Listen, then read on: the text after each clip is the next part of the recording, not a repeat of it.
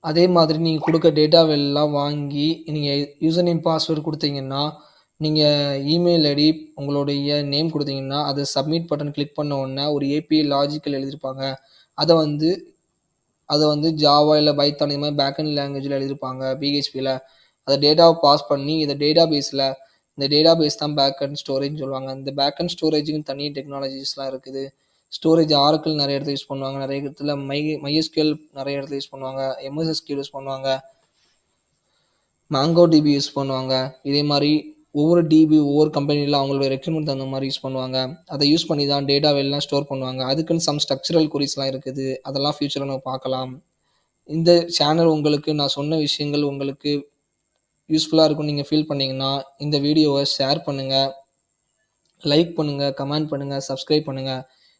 இனி வரக்கூடிய ஃபியூச்சர்ல எனக்கு தெரிஞ்ச டெக்னாலஜிஸ்ல ஃப்ரண்ட் அண்ட்